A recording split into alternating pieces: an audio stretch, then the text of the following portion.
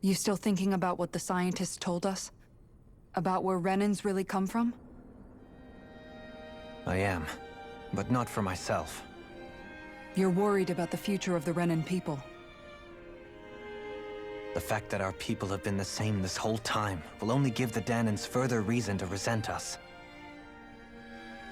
But you still intend to confront this truth head-on, don't you?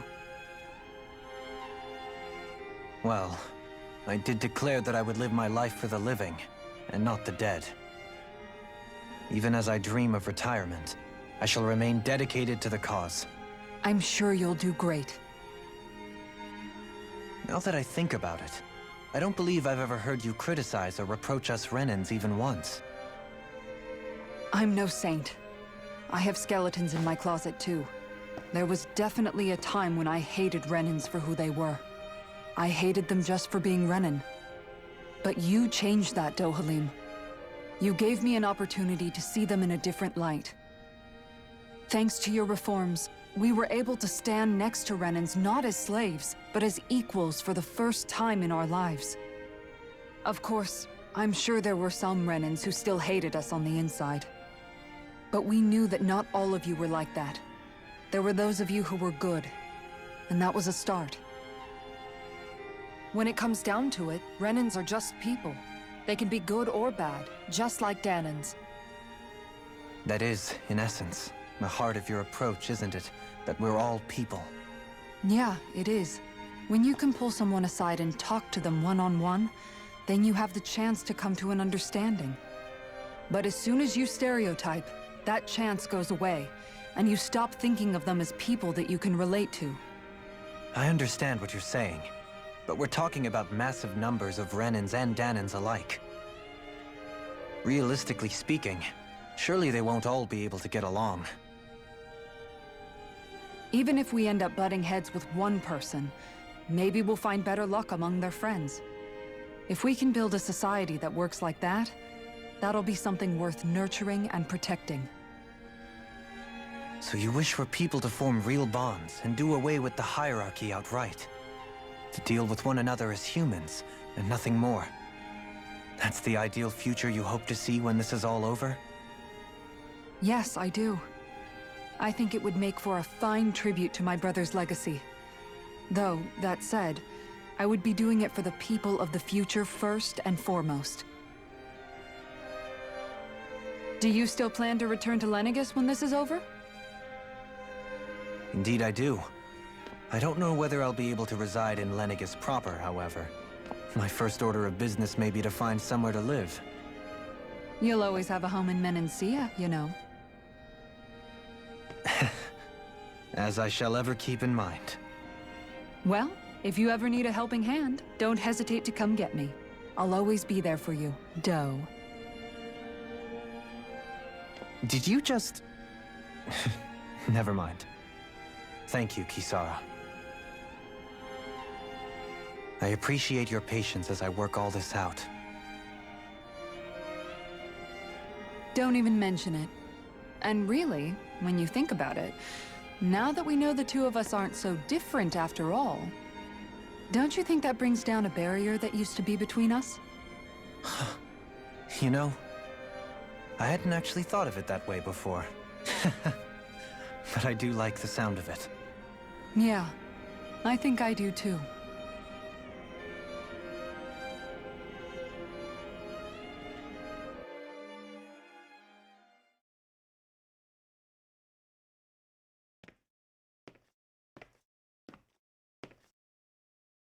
Hey, why'd you call me here? Was there something you wanted to talk about? Well, if everything we've heard about the Great Spirit is true, then we're getting close to our final battle. So I wanted to apologize while I can. Apologize? For what? I was being real stupid before, about whether Dana's will had been controlling us and all that.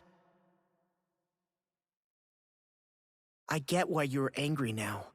Anybody would be if something they trusted was being questioned. So, I'm sorry, Rinwell. Really. I should have kept my mouth shut. No, Law. Honestly, I think you might have been onto something. Of course you were worried. Who wouldn't be if they found out there might be some invisible force pulling our strings this whole time? But you really trust Dana's will, don't you? Is it because you can sense it a lot more than the rest of us? Because you can understand it? Yeah, I think that might be part of it. But I think I also want to believe it's good. Believe? Remember how I used to really resent coming from a family of mages? Yeah, of course. Because you were always on the run and had to live in hiding. When we rescued Zephyr and I finally decided to come along with you all, something changed inside me. It was the first time I felt like my powers had any meaning, even if that meaning was only helping you guys fight. Then, when I felt Dana's will, I was overwhelmed by how vast and warm it was. It made me want to believe my powers were made to connect with it. It made me believe I had a bigger purpose. So that's why you hope it doesn't turn out to be bad. You almost need it to be kind. Yeah. Well, alright. Then I promise I'll lay off bad-mouthing it. You will? There's no way for me to know for sure one way or the other, right? But you trust it, Rinwell, and that's enough for me. So I'll trust it because you do. Remember what I said about neither planet's great spirit reaching us here? Yeah? That's not quite true. I can feel just a little bit of Rena's inside you and everyone else. What? I sensed it when we first got here. It's a really small amount, so it doesn't feel like it has a will of its own. But I think that's how Dana's energy probably is too. So you're saying there's a little bit of Dana's will inside each of us? In a way, doesn't that mean we're all Dana's will? What? Well, like you said, unless Dana's energy comes together, it has no will. So if we all have a little bit of Dana's astral energy inside us... Yeah, maybe... Everett 35 might know the answer. But, you know what? I don't need to ask it. My will is my own. I fight for who I want to fight for. That's who I am now. Who I've become.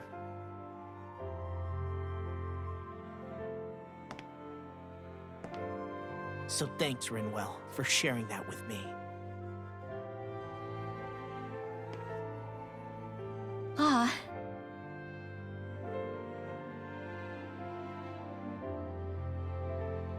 To be honest, the only reason I was suspicious of Dana's will, well, I mean, it mostly was... I feel like you and I had grown apart lately, and I was worried it was because... Huh? Never mind. Nothing. Just forget about it. Huh? No, what were you saying? Saying? I don't remember Come saying on. anything. Now you won't tell me what you were No, thinking? that's not what I'm saying. Then spit it out already.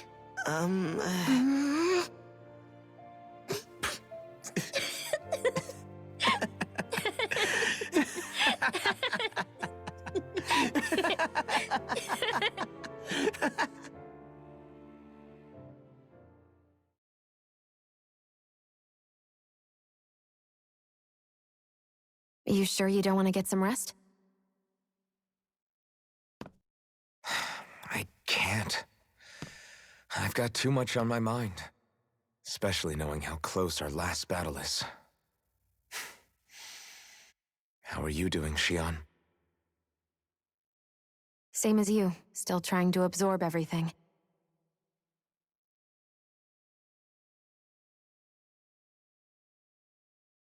Remember when it was so simple? We were only fighting all the lords on Dana? All of that feels like a lifetime ago, doesn't it? Ages and ages ago. Everything that's happened since we first met. So many fights, so much chaos, so many wonderful people. If I hadn't run into you that day, well, I wouldn't have met all of you. I never would have held the blazing sword or looked for something more. I wouldn't have my memories back. I'd still be a faceless slave, like as not long dead.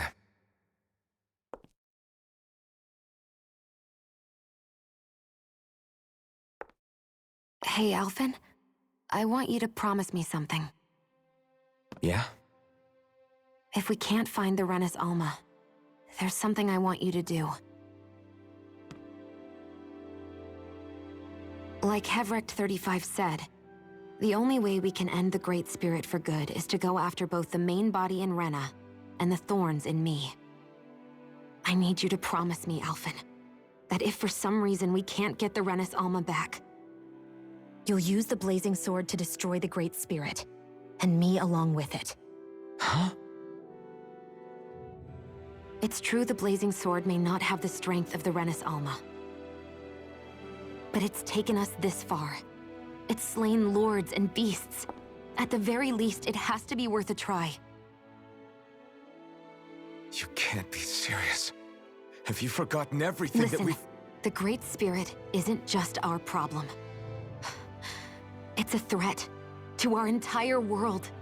Renans and Dahnans alike. We don't know what's going to happen when we face it, but we need to be prepared for anything. We can't second-guess ourselves when the time comes. I promise you, I'm not planning on going anywhere. I'm prepared to fight with absolutely everything I've got. But if it comes down to it, I need you to be prepared too.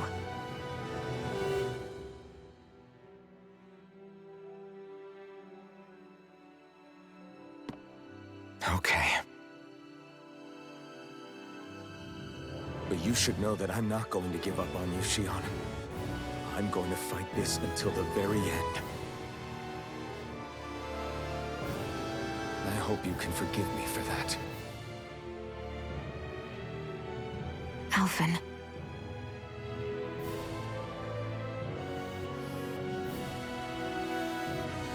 Okay, I understand. And I'll forgive you. Thank you, Shionne. So it's a promise then? Yeah, it's a promise.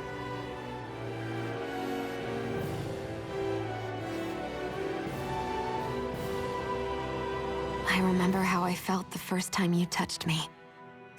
My thorns made any contact a mistake no one would ever make twice. After they'd seen what could happen, fear would always linger behind their eyes. In my entire life, I never had someone willingly reach out to me. But when you reached out to me and gently took my hand, you didn't react at all. It was so easy for you.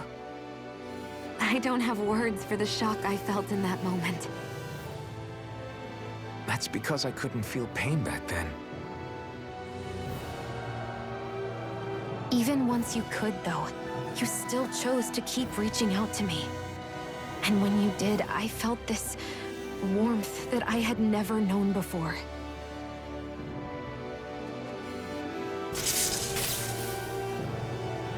But still, I hate having to see you suffer through it every time you do. You won't have to worry about that for much longer. You think so? I do, because Shionne, No. You can tell me once my thorns are gone. Okay?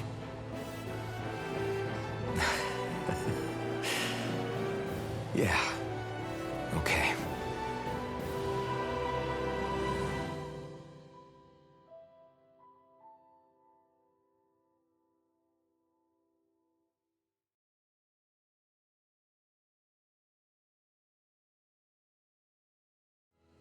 Everybody get enough rest? We ready for this? Yeah, we should probably get moving. Agreed. Can't stand around waiting all day. Our task is relatively straightforward. We need only descend down to Rena, defeat the Great Spirit, and restore stability to both worlds. We're fighting for a new future for both Dana and Rena. Right. We've come this far. We will save our worlds. That's a promise. Then let's go, everybody. We've got one last wall to tear down. Repairs on your starship are complete.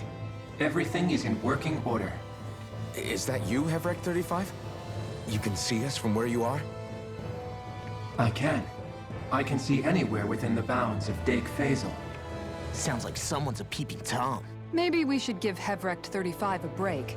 It has been stuck in this tiny facility for a very, very long time. I have unlocked all functions on your starship. You can now make use of its warp drive. Warp drive? Wait, you mean like what the Red Women used on us? What brought us here? It's possible that the Red Women may have found a way to activate it on the starship. They are Helganquil, after all. Using the warp drive, you should be able to breach Rena's atmosphere without being detected. Wait, should? You'll need to be careful. Due to the force field surrounding Rena, the ship will be unable to go any further than the surface of the planet. So, once we reach the shell, it appears we'll have to infiltrate the core by foot. Understood. We gotta go all the way down just walking? Will all the Helganquil go back to normal once we defeat the Great Spirit? I have a strange feeling we're going to have to fight them before this is all over. The extinction of my people is inevitable at this stage. As such, it would be illogical to risk the success of the mission in a vain attempt to save my kind. We understand. Can't that thing lighten up a bit? Everything it says seems to be about what's illogical. Well, come on, Doe. Hold up, did you just... You heard the lady. Get going. I have one last question. What? As Sovereign, your identification number indicates that you are well past your predicted life expectancy. Similarly, the Maiden lacks any identification number, as her function should have been rendered unnecessary. Despite this, the two of you continue to exist. Why?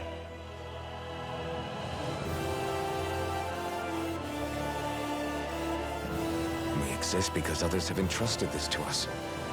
Over the years, many people have come together and sworn to see this through to the end.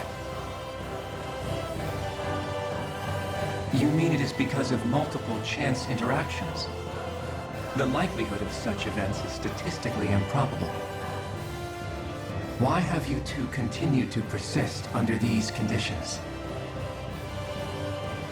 It's hard to explain. To be honest, I don't think it's something an observer could understand.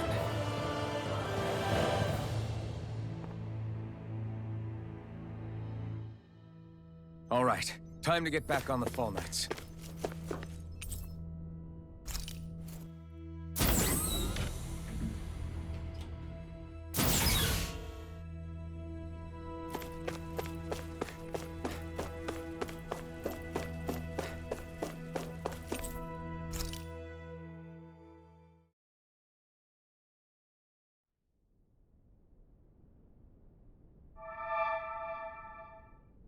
It would appear that our Helganquil host really has fulfilled its end of the bargain. You know what that means. Time to go to Rena. I guess this means we should give that warp drive a spin.